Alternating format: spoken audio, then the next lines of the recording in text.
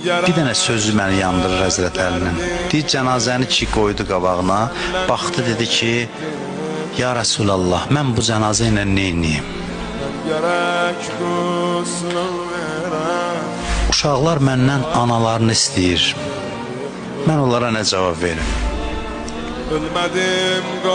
Mən bu cənazəni qəbrə necə aparım? Uşaqlardan necə ayırım? Nə cavab verim onların suallarına? Götürdü, deyir, evdən çıxardır cənazəni. Küçədə deyir, Zeynəb, balaca idi Zeynəb. Qaça gəldi, ağlaya deyir, zülmət gecə, ana gedirsən hansı mənzilə? Qal bu gecəni bizi ilə, gündüz barı düşüyorlar. Ana gecə evə qayıdır hamı, sən hara gedirsən bizi tərk eləyib gecə vaxtı?